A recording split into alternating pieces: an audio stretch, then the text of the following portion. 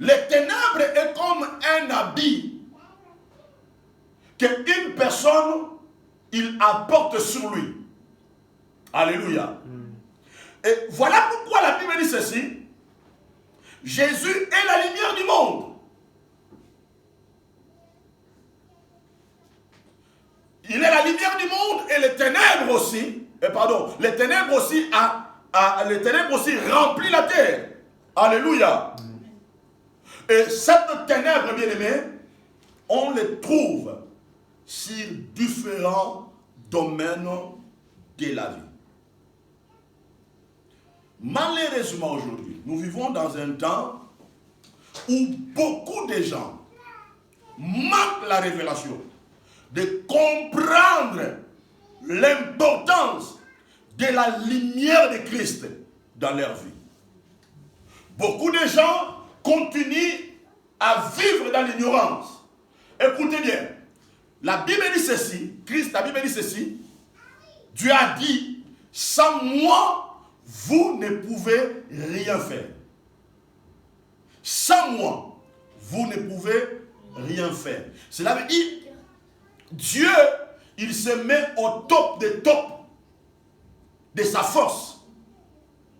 Il dit, en dehors de moi, à part moi, vous ne pouvez rien faire. Amen. Il y a des forces, il y a des réalités, bien-aimées. Il n'y a que Dieu qui peut te faire sortir de là. Personne a le pouvoir de faire sortir l'homme des ténèbres si ce n'est que Dieu lui-même. Alléluia. Amen. Mais pendant cet enseignement, je vous montrerai maintenant comment tu peux sortir de ces ténèbres-là. Alléluia. Aujourd'hui, les ténèbres ont pris la domination sur la vie de plusieurs personnes. Aujourd'hui, les ténèbres ont pris la domination sur l'esprit de l'homme. Aujourd'hui, les ténèbres ont pris place sur la pensée de l'homme. Alléluia. Aujourd'hui, les ténèbres ont pris la domination sur plusieurs familles. Et le ténèbre est la nature du diable. Le ténèbre est la nature du péché. Alléluia. Les ténèbres du diable amènent la mort. Il amène la mort spirituelle et il amène aussi la mort sur les différents domaines de la vie de plusieurs personnes. Parce que lorsque ta vie est dans les ténèbres, ton âme est dans la mort, dans la dimension physique. Et dans la dimension spirituelle aussi. Alléluia. Et cette mort-là, ce n'est pas que ton âme a quitté ton corps. Ton âme est là, amen, mais tu vis la réalité de la mort dans ta vie. On a déjà entendu des gens dire, c'est mieux que je parte, que je reste vivant, parce que je n'arrive plus à supporter cette souffrance, cette réalité que je vis. Amen. Pourquoi? Parce qu'il y a la réalité de la mort spirituelle qui manifeste dans le corps physique de l'homme. Et on appelle ça le ténèbre. Alléluia. On appelle ça le ténèbre. Bien aimé, il y a des gens qui portent déjà dans leur vie les vêtements des ténèbres. Il y a des familles qui portent sur eux le vêtement des ténèbres. Alléluia. Et lorsque vous portez ce vêtement-là, bien aimé, vous ne pouvez jamais se démarquer dans la dimension spirituelle. Vous ne pouvez jamais se démarquer même dans la dimension physique. Tu manques sur toi l'autorité ou le pouvoir qui peut te permettre de se révéler ou de progresser ou de se panouir dans la réalité physique et spirituelle. Alléluia. Celui qui marche dans le ténèbre finit par tomber dans la fosse. Celui qui marche dans le ténèbre finit par tomber dans la fosse. Il y a plusieurs personnes, il y a beaucoup de gens bien-aimés, ils sont déjà dans la fosse de l'ennemi. Alléluia. Écoutez-moi bien-aimés, j'aimerais vous dire une vérité. Lorsque tu marches dans la lumière de Christ, les hommes, les diables, le monde du ténèbre, ils peuvent vous jeter dans la fosse, mais Dieu vous fera sortir de là parce que vous êtes la lumière. Je vous donne des réalités. On a pris Joseph. Il était la lumière du monde. Parce qu'il portait sur lui la lumière de Christ. On le prend, on le jette dans le citerne. Et ce frère croyait qu'il allait mourir là-bas. Mais comme il portait sur lui la lumière de Dieu, comme il portait sur lui la lumière de Christ, et qu'est-ce que Dieu a fait? Dieu a envoyé l'intervention divine pour que Joseph sorte de là, pour qu'il puisse continuer à briller dans le monde. Alléluia. Prenons l'exemple aussi de Daniel. On prend Daniel, on le jette dans la fosse des lions. Alléluia. Et cette fosse-là représente les ténèbres, n'est-ce pas? Représente les ténèbres. Mais Daniel, il était la lumière. Alléluia. Daniel, il était la lumière. Il était la lumière. On le jette là, on le met là. Mais comme il était la lumière, il a brillé au milieu des ténèbres. Alléluia. Pourquoi? Parce qu'il portait sur lui la lumière. Alléluia. Ephésiens chapitre 1, verset 3, la Bible dit ceci. Béni soit Dieu le Père, notre Seigneur Jésus-Christ, qui nous a bénis de toutes sortes de bénédictions spirituelles dans les lieux célestes en Christ. Donc, on voit ici, la Bible nous révèle qu'il y a un domaine de domination pour nous. Il y a un domaine de notre bénédiction pour nous. Mais ce domaine de bénédiction en Christ ne se trouve pas sur la terre, mais la Bible déclare ce domaine ou cette dimension de toutes sortes de bénédictions se trouve dans les lieux célestes en Christ. Alléluia. Et c'est ça notre monde. Et c'est ça notre lieu de domination. Cela veut dire il y a un lieu céleste là où nous nous trouvons avec Christ. Voilà pourquoi la Bible déclare, vous vivez dans ce monde, mais vous n'êtes pas de ce monde. Alléluia. J'aimerais que cette parole ne soit pas un slogan pour toi, mais soit une vérité pour toi. De comprendre que malgré que je vis sur cette terre, je fonctionne, mais je brille avec Christ dans la dimension céleste. Alléluia. Il y a une dimension céleste pour toi. Bien écoutez-moi. Par la foi, par l'obéissance, par la sainteté et la sanctification, tu dois marcher par la foi pour conserver cette dimension-là. Alléluia.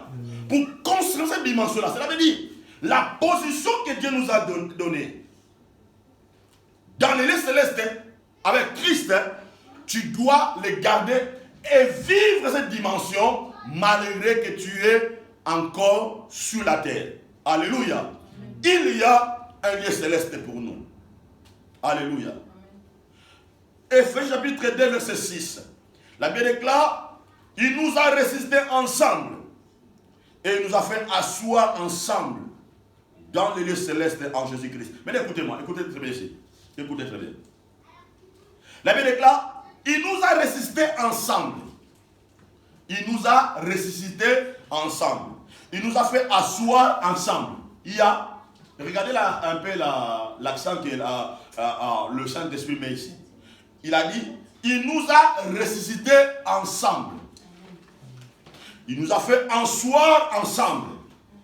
Alléluia. Cela veut dire, nous étions été dans les ténèbres. Et c'est de là où le Seigneur était entré. Amen. Et il a fait ce travail-là ensemble avec nous. Amen. Donc nous sommes sortis ensemble avec lui. Il n'a pas fait un travail à moitié. Mais il a fait un travail complet. En nous faisant ressusciter de là, il nous a... Donc cela veut dire, nous étions été sortis avec lui. Amen. Détachés de là avec lui. Maintenant la Bible déclare,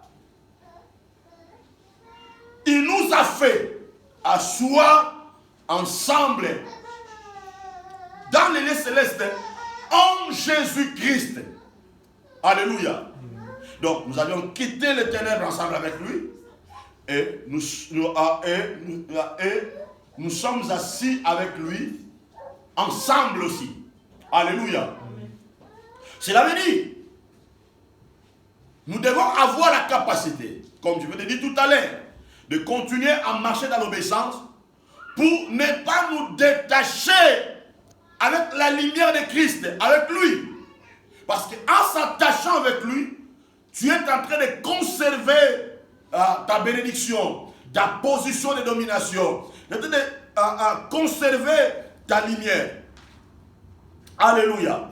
Maintenant, je reviens dans le verset de Jean chapitre 8, verset 32. Je reviens là. Regardez ce que la Bible dit. Jésus leur parla de nouveau. Amen. Jésus leur parla de nouveau. Les mots nouveaux. Amen. Ici, a des révélations très importantes dans la dimension spirituelle. Amen. Quand la Bible dit Jésus parla de nouveau, le mot nouveau veut dire qui apparaît pour la première fois et qui vient apparaître. Amen.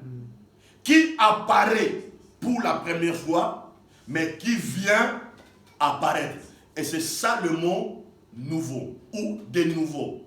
Alléluia. Donc cela veut dire, c'était quelque chose que Jésus avait parlé. C'était quelque chose que Jésus avait déclaré. Mais c'est comme si les gens avaient manqué la révélation ou le discernement de prendre cela au sérieux. Alléluia. Parce que la Bible dit ceci, Jésus leur parla de nouveau et dit, je suis la lumière du monde. C'est comme si les gens n'avaient pas tenu compte de ça. C'est comme si les gens n'avaient pas pris ça au sérieux. Mais je suis la lumière du monde. Les gens ont dit quoi? Lui qui est le fils de Marie, lui qui s'habille comme tout le monde,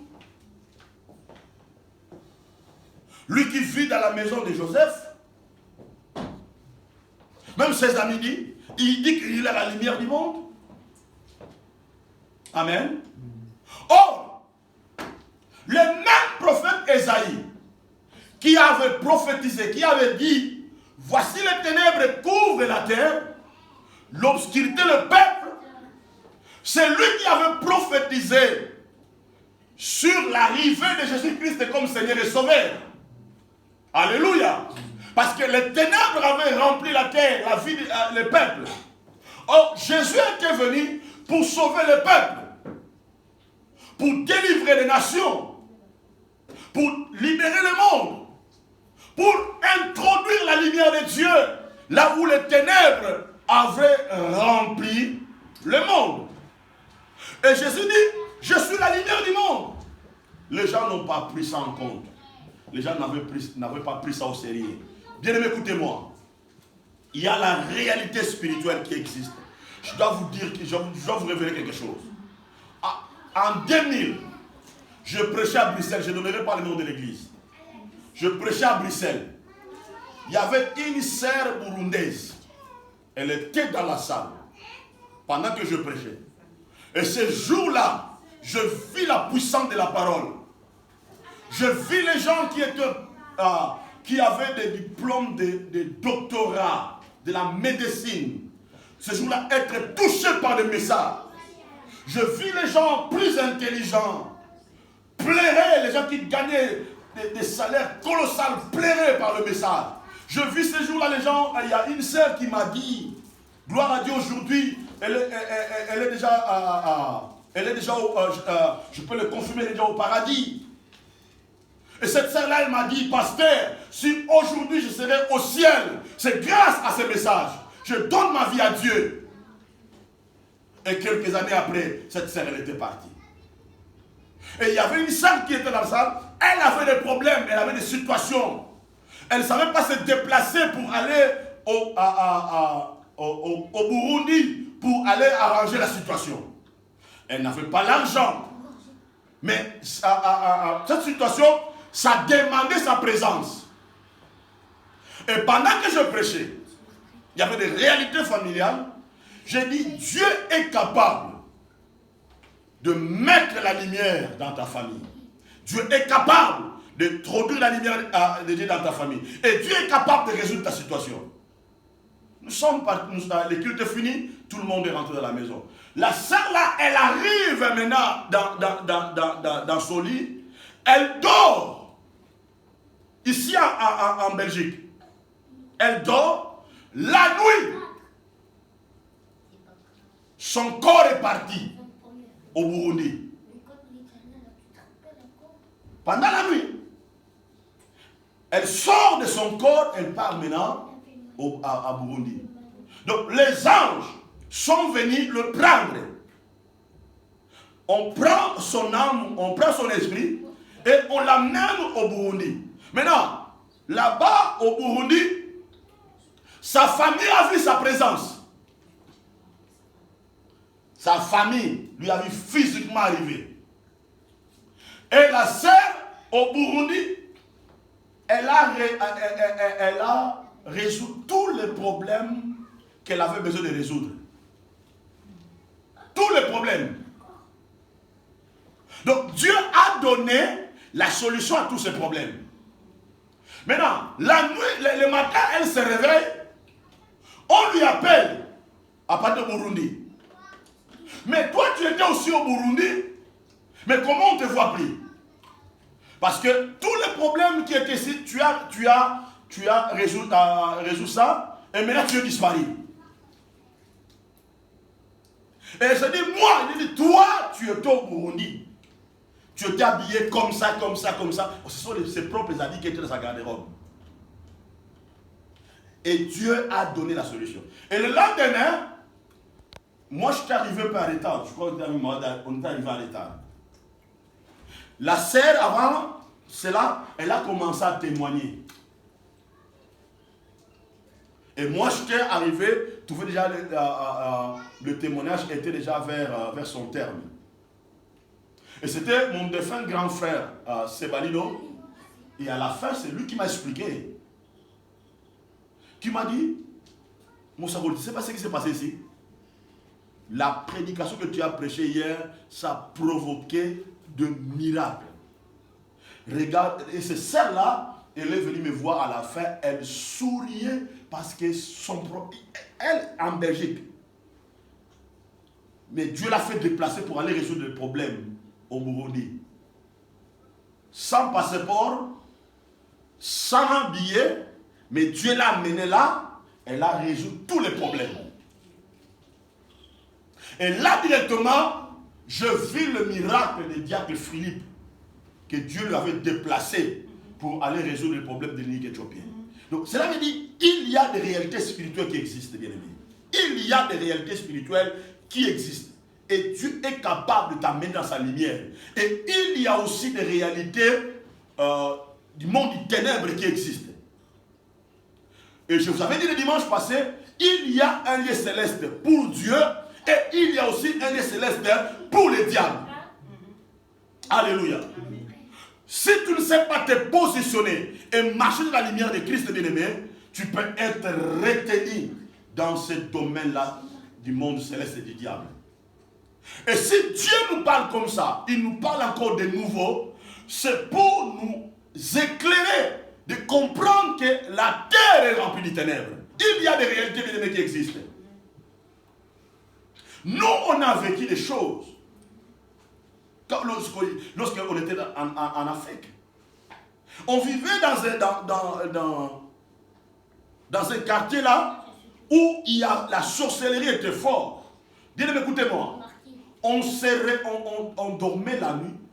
Le matin, lorsqu'on se réveillait, on voyait quelqu'un faisait les matières fécales au-dessus de notre porte.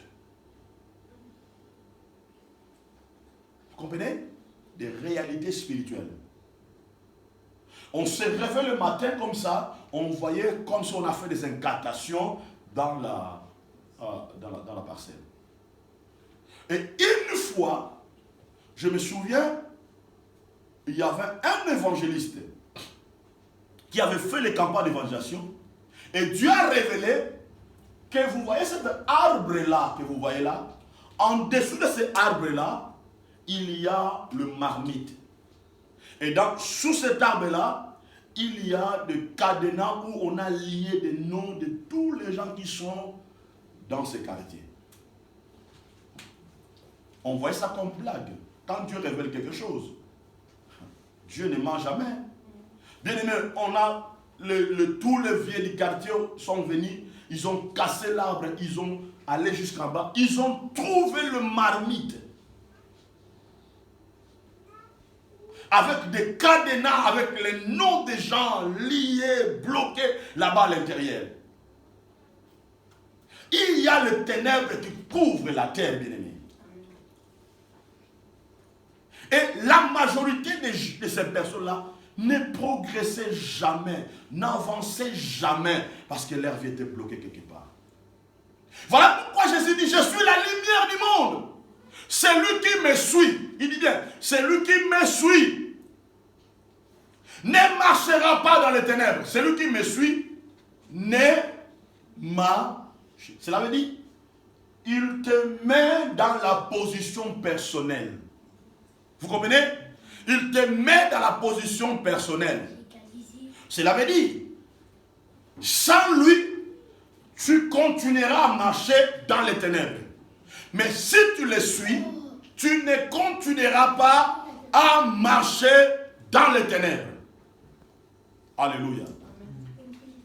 Le diable, il met les ténèbres. Il met les ténèbres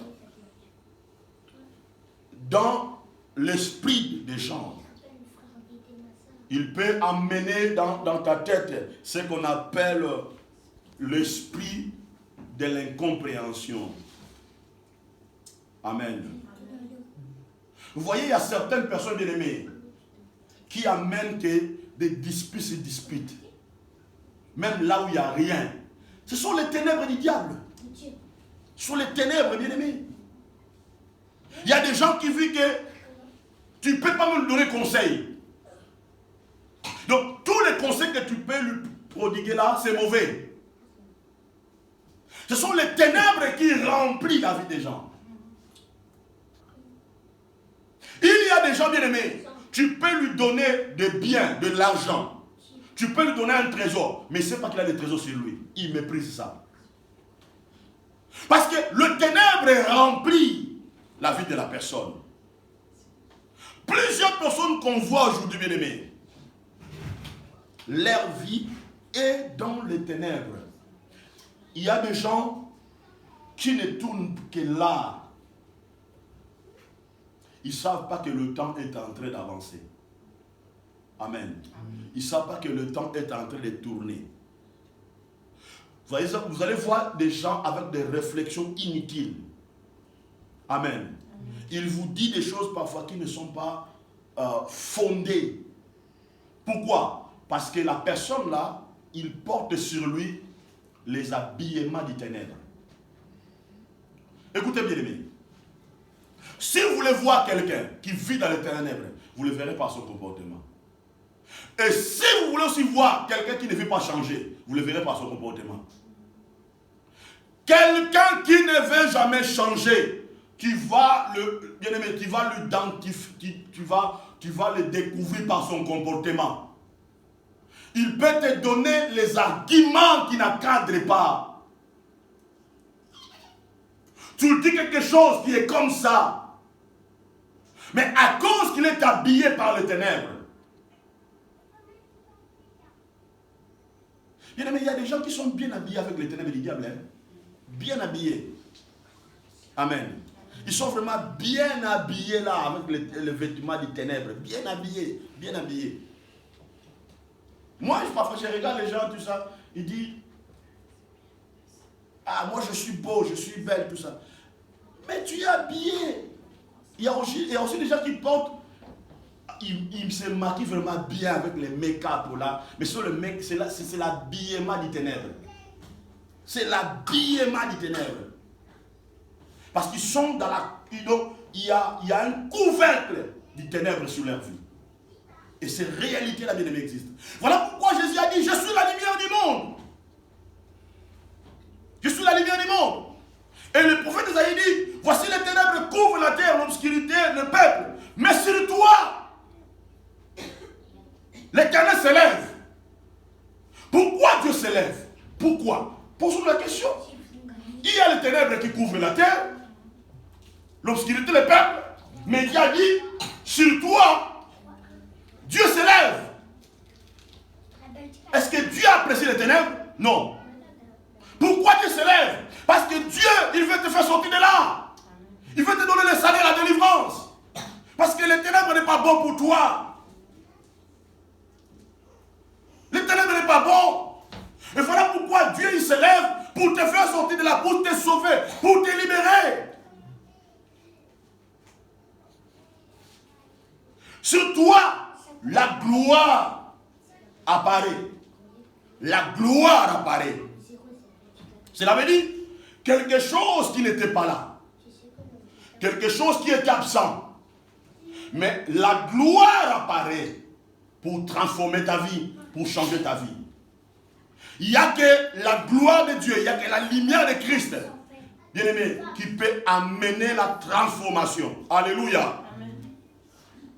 Donc le monde nouveau qui apparaît pour la première fois, qui vient d'apparaître. Jésus parla de nouveau. Donc il a parlé, les gens n'ont pas tenu compte de ça.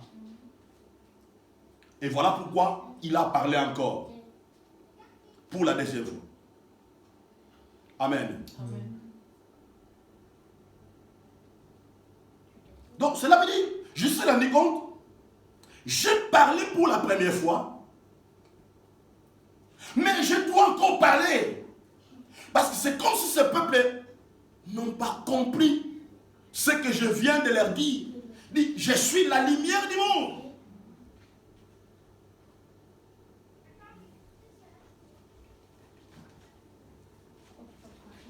Écoutez bien aimé, lorsque la lumière de Dieu apparaît dans ta vie, lorsque tu marches dans la lumière vous permettra de connaître d'où viennent les problèmes. La lumière vous aidera, va vous donner la capacité de discerner, de connaître d'où vient le problème. Quand tu comprends d'où vient le problème, tu dois attaquer ce problème-là dans la prière. Tu dois attaquer ce problème-là dans les sacrifices. Tu dois attaquer ce problème-là en se donnant plus en Dieu. Tu vas attaquer parce que tu identifies d'où vient le problème. Alléluia. Amen. Vous savez, les ténèbres du diable infectent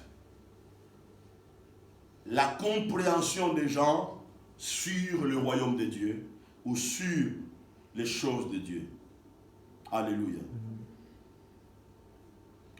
Les ténèbres, ils transmettent la maladie spirituelle et la maladie physique. Il n'y a pas la lumière sans suivre Jésus. Il n'y a pas la lumière sans suivre Jésus. Il n'y a pas la lumière sans suivre Jésus. Alléluia. Il n'y a pas la lumière, bien aimé. Il n'y a pas la lumière sans suivre Jésus. Bien-aimés, il y a des réalités qui existent. Il y a des réalités, je vous dis bien, il y a des réalités spirituelles qui existent, bien-aimés. Alléluia. Regardons dans nos familles. Regardons dans nos familles. Vous allez voir, il y a certaines réalités dans nos familles. Amen. Il y a certaines réalités.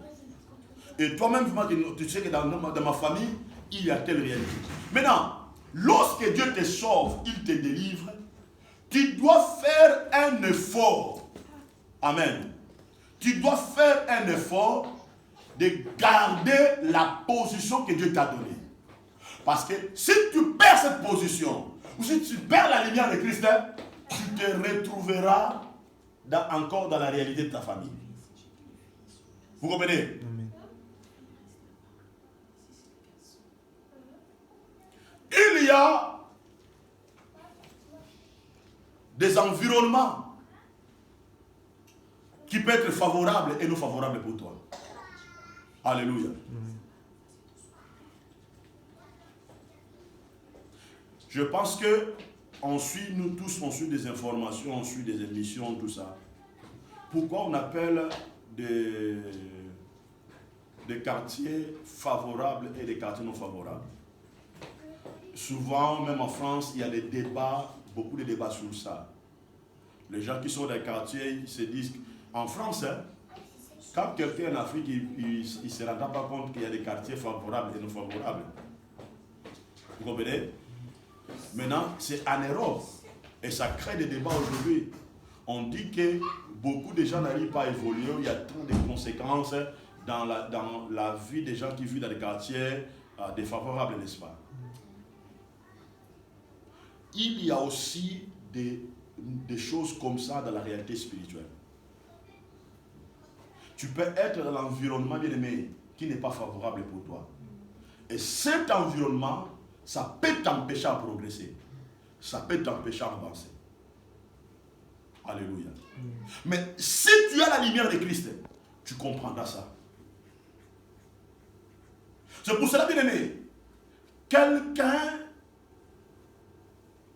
qui vient dans la famille pauvre et que Dieu lui a délivré et que Dieu lui a donné la lumière de Christ, cette personne-là veut maintenir son niveau d'avancée avec Dieu.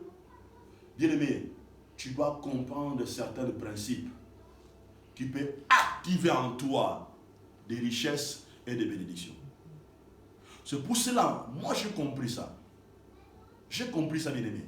C'est pour cela, je n'arrêterai jamais, jusqu'à la fin de mes jours, de continuer à s'aimer, à donner de la sémence. Même pour mes enfants, je veux continuer à s'aimer. Parce que si je ne s'aime pas, je peux dire oui, Jésus m'a sauvé. Mais si je ne comprends pas que je dois s'aimer, donner beaucoup, pour que j'attire l'abondance beaucoup, je peux maintenir mon niveau encore dans la pauvreté. C'est très important de comprendre ça. Parce qu'il y a des réalités de ténèbres qui existent, bien aimés. Il y a des réalités de ténèbres. Voilà pourquoi la Bible déclare, celui qui donne paix moissonnera paix. Celui qui donne beaucoup moissonnera beaucoup. Ce sont des principes, bien aimés. Ce sont des principes. Et voilà pourquoi il est très important de se battre tous les jours afin de maintenir la lumière de Christ dans ta vie par une vie d'obéissance. Alléluia.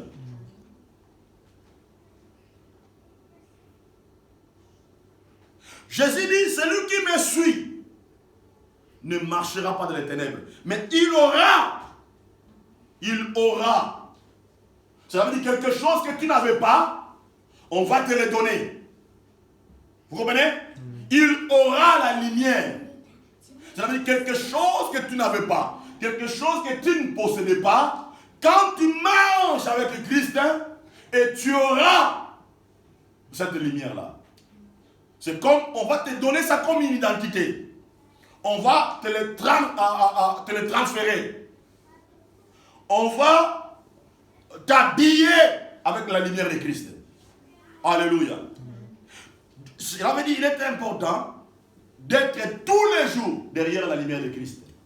La lumière de Christ, c'est sa parole. La lumière de Christ, ce sont ses principes. Ce sont les commandements. Tu dois être derrière Christ. Être derrière lui. Parce que être derrière Christ, ça te permet de marcher dans la révélation de Christ. Être derrière Christ, cela veut dire de lui faire le conducteur de ta vie. Cela veut dire, lui, il est le pilote de ta vie. Amen. Et, écoutez-moi bien aimé, lorsque vous êtes dans un avion, tous les portes sont fermées. Tu ne diras jamais, oh non, moi j'ai envie de descendre au Cameroun. Moi j'ai envie de descendre. Si la destination était Congo, si la destination était l'Angola ou l'Afrique du Sud, tu ne diras pas que non, moi je vais descendre au Congo-Brazzaville. Donc comme tu es monté là-bas, la destination, c'est Kinshasa ou Luanda. La destination, c'est Kigali. C'est là-bas. Donc, toi, d'ailleurs, quand tu es dans l'avion, bien aimé, c'est le pilote qui a le pouvoir. Et Jésus-Christ doit être notre pilote. Le royaume de Dieu doit être un avion. Quand tu montes là-bas, tu lui laisses la responsabilité de te conduire dans les lieux de la destination de ta destinée. Cela veut dire, tu te soumets. Tu dis, Seigneur, conduis-moi, sois derrière Christ. Sois derrière Christ. Afin que sa grande lumière se manifeste dans ta vie. Afin que sa grande lumière se manifeste dans votre vie. Amen. Et lorsque sa grande lumière se manifeste dans votre vie, et vous aussi, vous deviendrez la source de la lumière de Christ dans tous les domaines de votre vie. Alléluia. Hier, j'étais dans la voiture, je parlais beaucoup avec Maman Lida. Bien aimé, il y a parfois, moi je parlais avec des gens qui étaient dans le monde mystique. Il y a certaines choses, je ne peux pas vous dire ça comme ça. Mais il y a des réalités spirituelles qui existent. Il y a des réalités spirituelles qui existent. Il y a des réalités spirituelles. Il y a des réalités spirituelles. Et quand tu écoutes, souvent quand tu parles avec des gens bien-aimés. Hier, je ne donnerai pas tous les détails, je le disais hier. J'avais parlé avec un homme qui avait beaucoup d'argent. Beaucoup d'argent, bien-aimé. Beaucoup d'argent. Vous savez comment il réussit cet argent?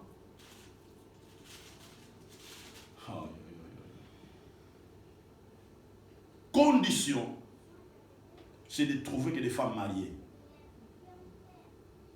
Trouver que des femmes mariées. Et en faisant cela, il détruisait non seulement la personne et toute sa famille. Et la personne, il me parlait comme ça dans sa chambre.